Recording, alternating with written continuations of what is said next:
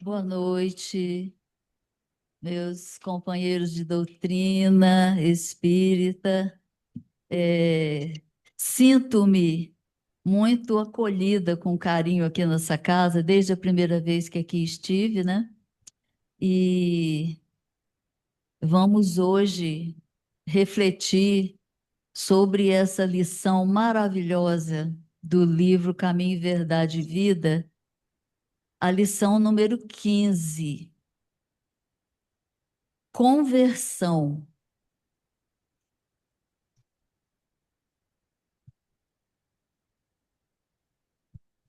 Então, então, lá no Evangelho de Lucas, no capítulo 22, versículo 32, há uma fala de Jesus dirigida a Pedro, que ele diz assim: E tu, quando te converteres, confirma teus irmãos. Essa fala de Jesus se deu na ceia da Páscoa, né? Na última ceia que Jesus, onde ele reuniu os seus discípulos, os seus 12 apóstolos, que iriam dar continuidade à divulgação do Evangelho na terra, né? Para selar um compromisso, né? No Evangelho de Lucas, isso é descrito, esse momento da ceia é descrito de uma forma muito especial, mas eu encontrei no Evangelho de João uma riqueza de detalhes. Se vocês tiverem oportunidade depois de ler tudo que se passou naquela cena, naquela ceia, aonde estavam eles reunidos, né? Então, Jesus os chamou para fazer a ceia da Páscoa porque ele queria preparar os apóstolos para as lutas que estavam por vir, né? Dentro de 2 dias, Jesus iria ser crucificado, né? Então, o mestre, nesse momento, transmite as orientações finais aos discípulos. Eles estavam com muito medo, né? Vamos imaginar, nos reportar aquela comunhão que eles tinham com o Mestre, né? Eles confiavam em Jesus, assim, eles se apoiavam no Mestre, e diante da notícia de que Jesus iria deixá-los, né?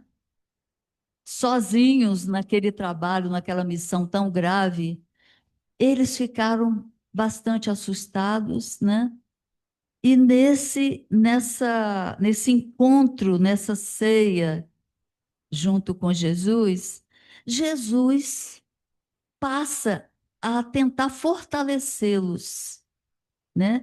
Ele sensibiliza os discípulos para a vivência da lei de amor. Jesus queria fortalecer os laços entre eles, porque havia um trabalho muito sério que eles iriam enfrentar dali por diante, né? Então, nesse mesmo momento, nesse encontro, Jesus diz para eles: se me amardes, guardareis os meus mandamentos. E, em seguida, ele anuncia o advento do outro consolador que viria, quando ele diz: não temam, eu não os deixareis órfãos, né? Jesus conhecia aqueles corações que estavam ali sendo testados, né?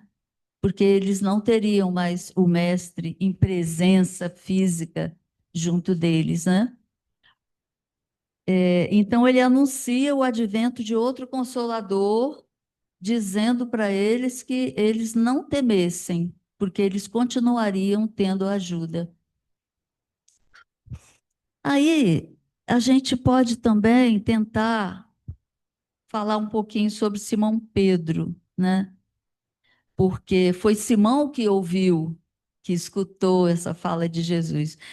Imaginem, vamos imaginar Um discípulo que teve toda aquela vivência, toda aquela convivência, maravilhado diante das coisas que Jesus fazia, né? Aqueles testemunhos assombrosos do poder de Jesus, que curava as pessoas, qualquer que fosse os males que elas tinham, né? Jesus curava os cegos e eles estavam ali diariamente presenciando essas maravilhas que Jesus fazia. Mas, mesmo assim, Simão Pedro não havia se convertido ainda. É o que Jesus diz, né? Quando te converteres, confie nos teus irmãos. E Pedro era assim, o valor de Pedro como espírito era assim maravilhoso, né? Ele tinha muita impulsividade, né? Ele era assim, tinha um temperamento, uma personalidade assim muito forte, né? Pedro cortou a orelha lá do soldado quando ele sentiu que ia ameaçar Jesus. Então ele era impulsivo, né? Mas Pedro, ele detinha uma sinceridade e um entusiasmo, uma coragem e emotividade, né? Uma liderança, uma capacidade de liderança, por isso ele estava sempre à frente dos discípulos. Jesus passava as instruções para ele, geralmente, e ele se encarregava de repassar aos outros discípulos, né? Por causa dessa liderança, dessa fé, ele queria que tudo saísse certo conforme Jesus tinha orientado, né? Então ele tinha esse traço na sua personalidade, esse valor, né, como um homem forte. E ele, com todos esses atributos, né, ele transitou da dúvida à entrega total à causa cristã. Ele transitou porque, na hora que ele viu que o mestre seria crucificado, ele vacilou na fé, né? Ele vacilou. Tu és Pedro, e sobre esta pedra eu edificarei a minha igreja. Mas Jesus sabia da força dele, Jesus sabia das condições que ele tinha para levar a divulgação do evangelho à frente, né? É, Então, agora a gente pega essa frase aí, e tu, quando te converteres, quer dizer, Jesus avisa para Pedro, você, com toda essa força, com todo esse preparo, com toda essa fé, você, Pedro, ainda não está convertido, né? Pedro sempre foi o seu mais ativo companheiro de apostolado. Isso está em Emmanuel, né? Emmanuel que diz isso. Jesus o conhecia profundamente, assim como nos conhece a cada um de nós, né? Jesus sabia das condições espirituais de Pedro. Conforme eu já comentei, foram 3 anos de convivência com Jesus e ele ainda não se convertera. Por quê? Porque apesar dele ter aquela certeza, aquela firmeza de que ele confiava no Mestre, de que ele seria capaz de dar a própria vida por Jesus, as bases do Evangelho ainda não estavam consolidadas no seu coração, né? Então, muitas vezes, nós também é, ficamos pensando que nós temos uma fé inabalável ou que a gente tenha certeza, o conhecimento intelectual do Evangelho. Mas na hora que chegam os testes, na hora que a gente é chamado a dar os testemunhos mais árduos, mais difíceis, muitas vezes a nossa fé balança, um pouco, né? É, foi isso que aconteceu com Pedro, né? Ele tinha necessidade de autoconhecimento, porque numa fala ele disse assim, é, ele disse assim, Senhor, Senhor, para onde vais? Que Jesus estava dizendo para eles, olha, eu me vou e vocês terão que continuar o trabalho da divulgação do Evangelho, né? Por que eu não posso seguir-te agora? Isso está em João, capítulo 13, versículo 34 ao 37. Ele diz: Por que, Senhor, eu não posso seguir-te agora? Por ti eu serei capaz de dar a minha vida, ele diz a Jesus. E Jesus, em seguida, diz a ele: Pedro, em outras palavras, né? Calma, em verdade vos digo. Aquela passagem, ainda que o galo, antes que o galo cante 3 vezes, hás de me negar, né? É, Então, seria necessário que eles consolidassem a sua própria fortaleza. Isso em relação a todos os discípulos, a todos os apóstolos, né? Eles acreditavam, eles tinham a certeza de que Jesus era o Filho de Deus, que Jesus iria, veio enviado por Deus para salvar a humanidade, né? Para trazer a boa nova. Eles acreditavam em tudo, mas eles ainda estavam ancorados em Jesus, na presença mesmo de Jesus, né? No poder e na força espiritual de Jesus, porque eles ainda não haviam construído a sua própria fortaleza. E aí nós passamos a meditar sobre nós, né? Muitas vezes nós lemos o Evangelho de Jesus, quando a gente está estudando o Evangelho, a gente se maravilha, né? A gente se encanta com tamanha verdade, né? Que o Evangelho traz, essa mensagem maravilhosa de um reino que todos nós sonhamos e que deve ainda ser construído, né? Mas, nos testemunhos difíceis, é que nós construímos verdadeiramente a nossa fortaleza, né? A conversão, ela é um processo lento, né? Ela vem de um processo de amadurecimento de dentro para fora. E como é que começa a nossa trajetória de aprendizes do Evangelho? Ela começa de fora para dentro, né? A gente estuda, a gente vem na casa espírita, ouve a palavra de Jesus, estuda as obras de Kardec. Aí começa por aqui. Começa pela compreensão intelectual dos princípios de Jesus, né? Mas durante a trajetória evolutiva nós vamos passar por estações necessárias, que é outra lição que eu encontrei no Pão Nosso de Emmanuel, que nós vamos falar agora mesmo sobre isso, né? É, a conversão, ela vem de um processo de dentro para fora. E para Pedro veio a partir do trabalho. Agora vamos ver como é que se deu essa conversão de Pedro, né?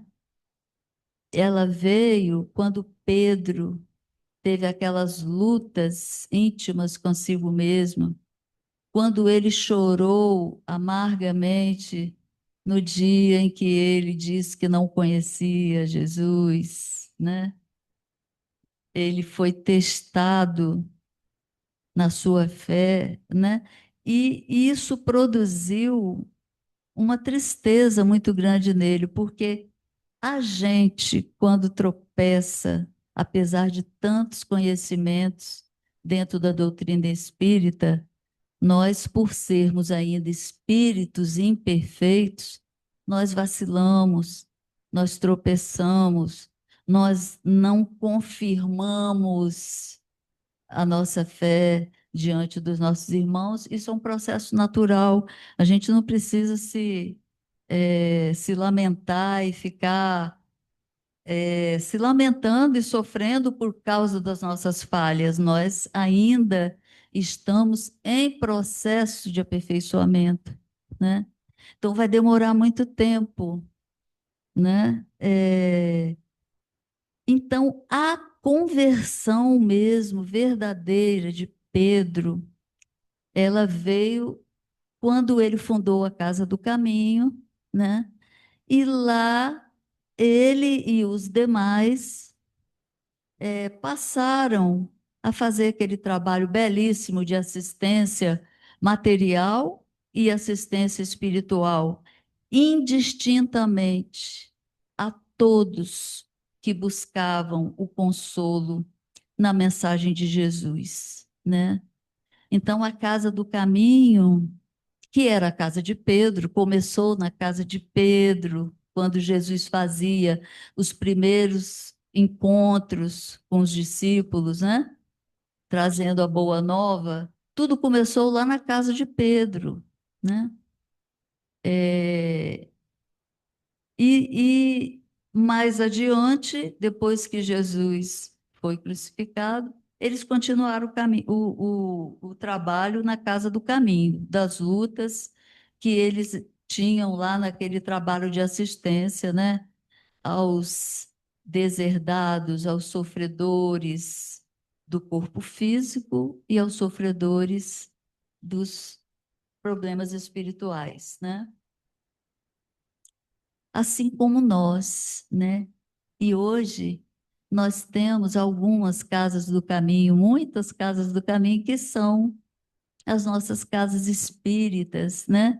Que com toda essa revelação da doutrina dos espíritos nos dá esse embasamento para que a gente possa seguir os passos de Jesus e seguir os passos dos apóstolos, de Pedro, né? A transformação pessoal e a renúncia em favor do socorro aos necessitados que lá aportavam, né? Essa foi a experiência de Pedro e dos demais companheiros que lá estavam na Casa do Caminho, né? E então, depois de muito tempo nesse serviço aos sofredores, é que consolida-se a conversão para Pedro, né? Então, o caminho da conversão, né? Quando você me deu esse tema, Ângela, eu nunca havia lido essa lição antes, né? E aí eu fiquei pensando, conversão vem de converter, né? A gente tem que se converter ao Evangelho. Como será isso? Vamos ver o que Emmanuel nos fala sobre isso, né? E vamos tentar entender esse caminho de conversão. É um caminho lento. Não vamos fazer isso em uma, duas, três encarnações. Nós vamos ter muitas encarnações para fazermos a nossa conversão, né? Imagina se Pedro, detentor de todos aqueles valores espirituais, ele demorou para passar por esse processo, né? Vamos imaginar nós, né, que estamos um pouquinho mais no início, vamos dizer assim, né? E aí, lá no livro do Pão Nosso, na lição número 13, do título Estações Necessárias. Emmanuel vai dizer exatamente isso, que é um caminho longo de esforço iluminativo para interior. Não é a gente se dirigir para o exterior, para fora, né? Ou seja, essa conversão, ela não vai se revelar em, vamos dizer assim, em rituais exteriores, em ações que a gente faz apenas para aparentar, né? É a gente tentar mostrar que a gente já alcançou determinado, né? Não é para fora, é para o interior. E são as experiências mesmo lá dentro que vão nos machucar. É com elas que a gente vai construir a nossa conversão, alcançar, conquistar a nossa conversão, né? Então, não tem nada a ver com convenções, né? Para nós espíritas, a gente vinha à casa espírita, assistir às reuniões, participar de grupo de estudo, tomar o passe. Lógico que isso é importante, né? Porque isso vai nos dar a força, a base para a gente, na hora dos testes, a gente confirmar que a gente confia, que a gente está com Jesus, que a gente vai atravessar aquela estação difícil, né? E a gente vai conseguir vencer, né? É, essas estações necessárias, a gente vai reconhecer a extensão e o volume das próprias. Não estou vendo aqui. É, das próprias faltas, das próprias faltas.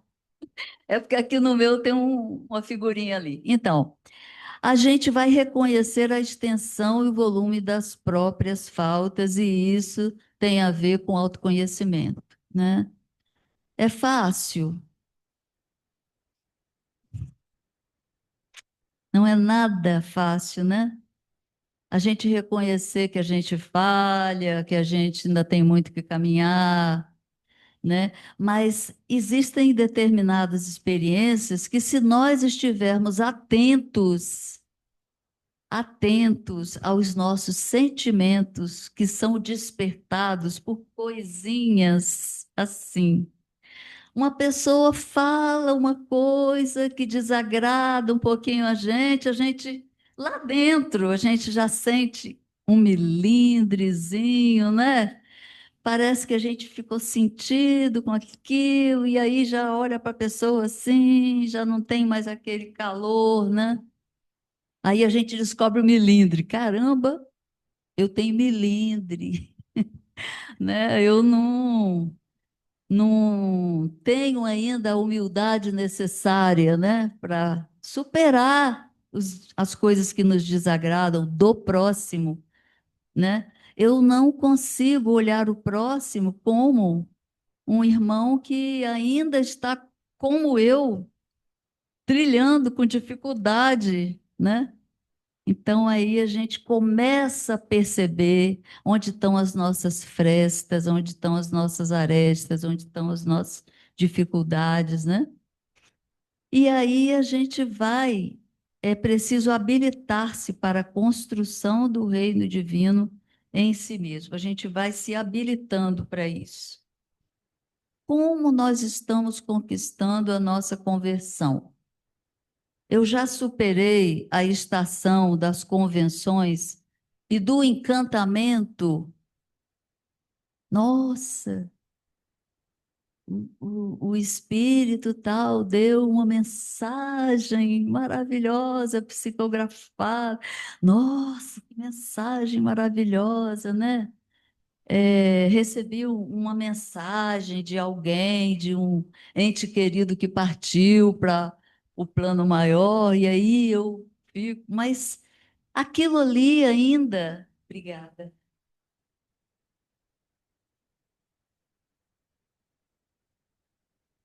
aquela sensação ali de êxtase, de ainda está no encantamento, a gente ainda está na fase do encantamento, né?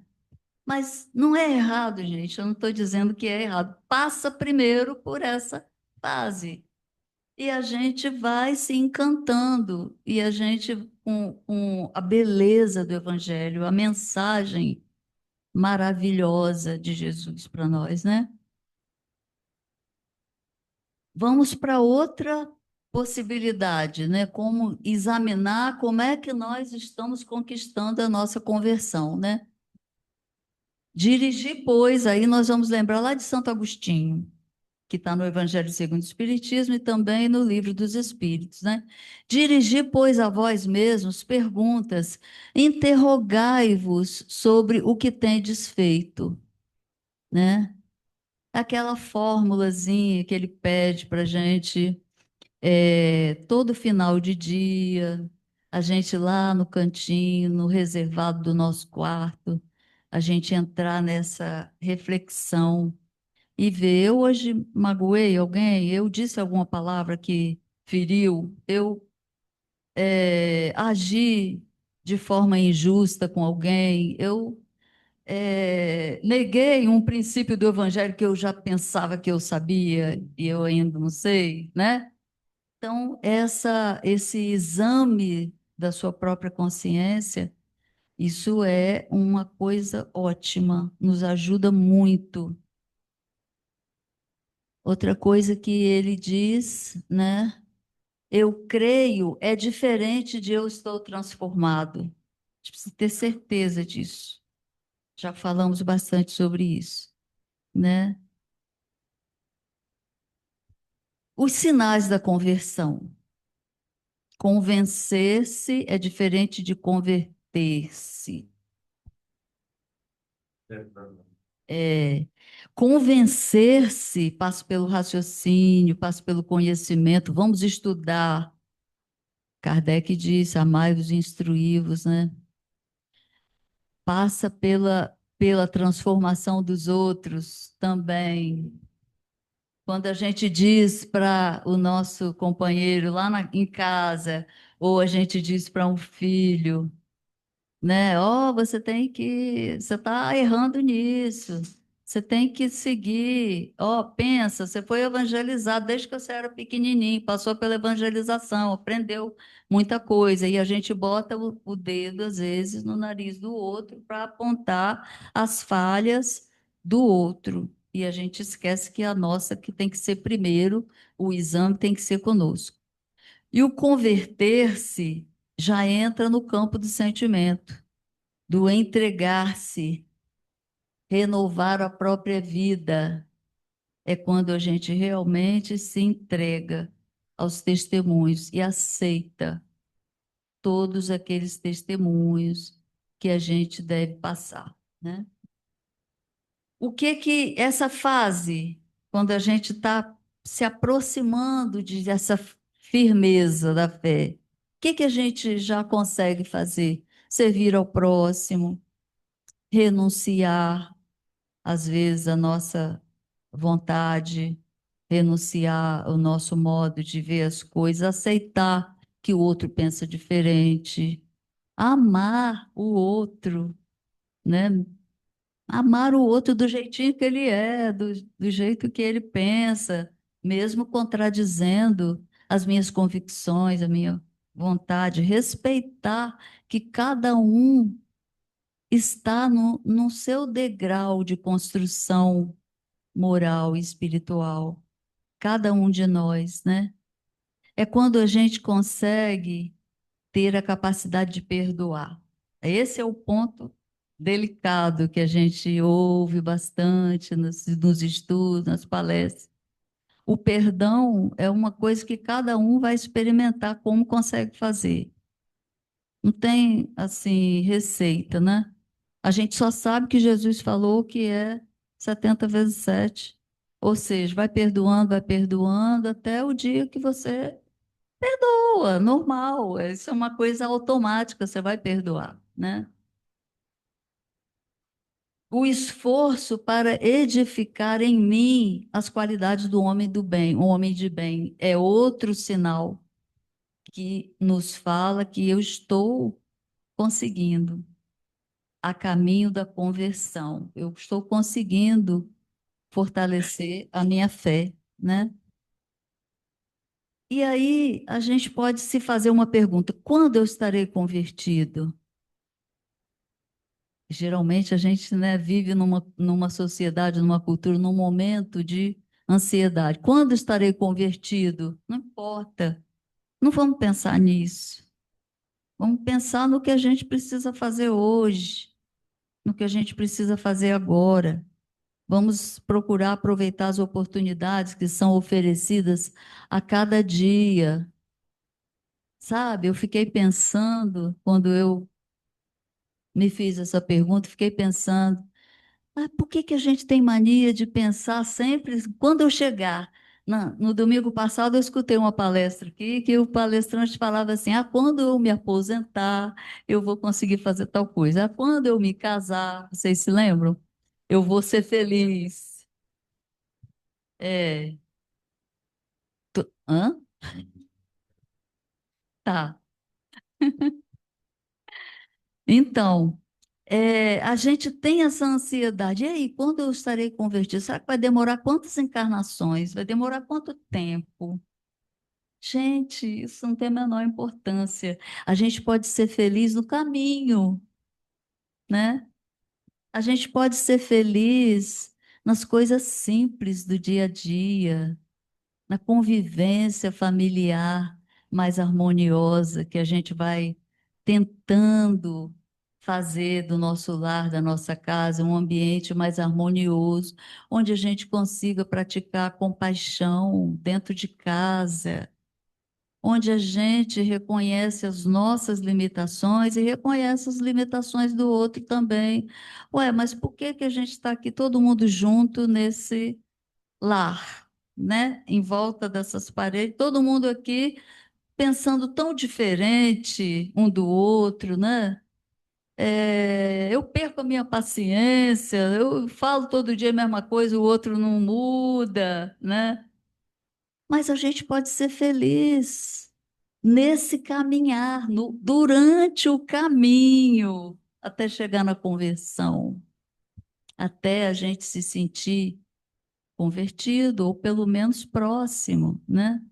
Nós temos experiências maravilhosas que a gente pode viver nesse caminhar, nas coisas simples, no estar nesse momento aproveitando o que está acontecendo aqui agora, esse nosso encontro aqui agora, conversando sobre Jesus, sobre o que Jesus falou, o que ele prometeu, qual o recado que ele deu para a gente, para nós confirmarmos a nossa fé, né? A gente pode estar sendo feliz aqui agora, nesse momento, nesse ambiente espiritualizante que a gente encontra toda vez que a gente entra dentro da casa espírita, a gente sente esse bem-estar, né?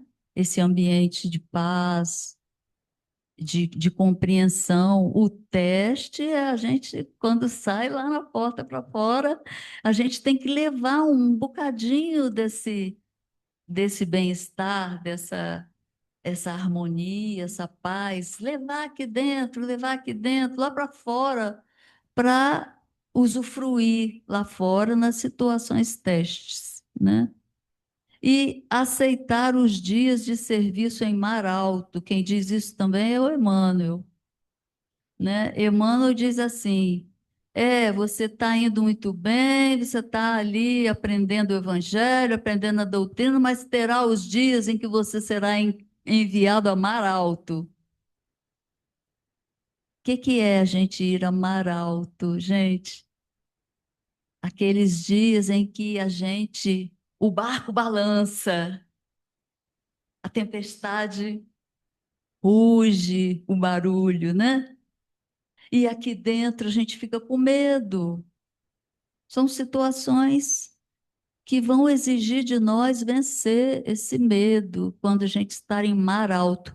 Mas Não tem outra fórmula, outro caminho. Nós precisamos entrar no barco e nos lançarmos ao mar alto e confiar que Jesus está no barco com a gente, mas que nós, apesar de Jesus estar conosco, né?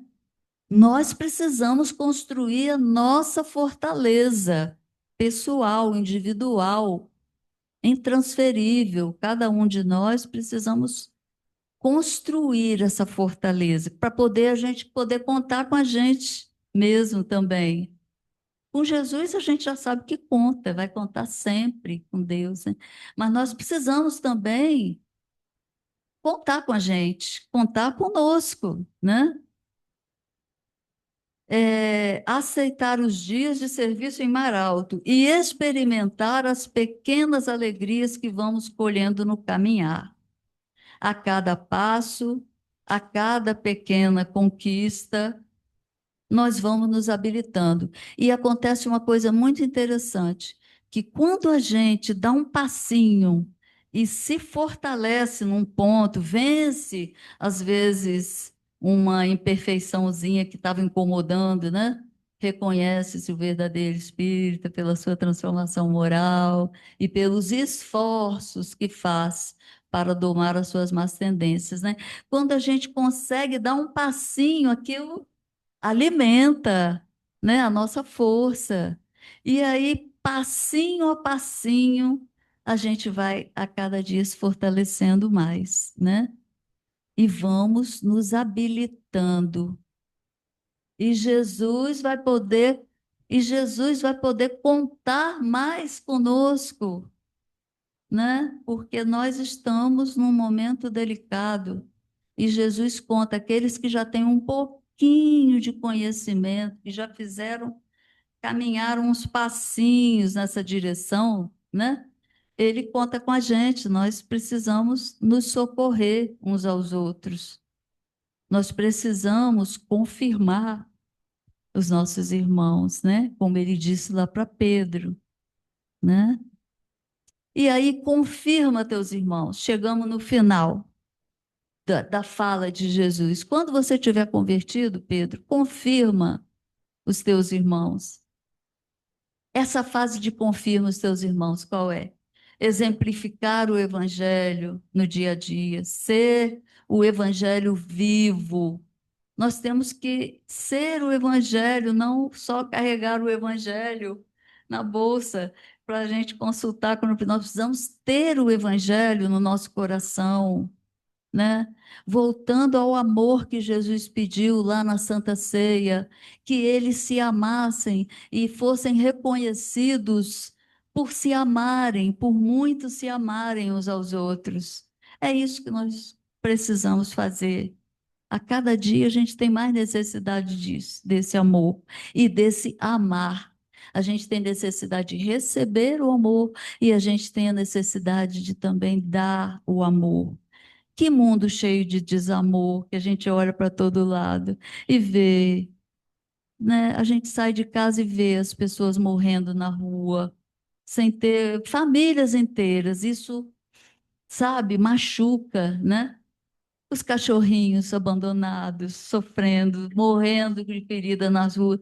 Quer dizer, é o desamor que está aí para que a gente possa mudar isso, mudar e avançar, não é? Ser o evangelho vivo, superar os domínios do eu, fortalecer e sustentar os irmãos na fé, conquistar o júbilo de servir e, finalmente, amar. E aí, para a gente fechar o nosso estudo, eu trouxe essa imagem da nossa queridinha, que a gente conhece, a Madre Teresa, né? Que deu um exemplo de amor, um testemunho de amor maravilhoso aqui nesse mundo. E a lei de amor, que está no Evangelho segundo o Espiritismo, capítulo 11, item 8, que lá no meio da mensagem, ditoso aquele que, ultrapassando a sua humanidade, ama com amplo amor os seus irmãos em sofrimento. Ditoso aquele que ama. Essa mensagem é muito linda, a lei de amor. Muito obrigada pela paciência, pela oportunidade, Ângela, de estudar, me ajudou bastante, tá? Que Jesus possa continuar nos abençoando a todos.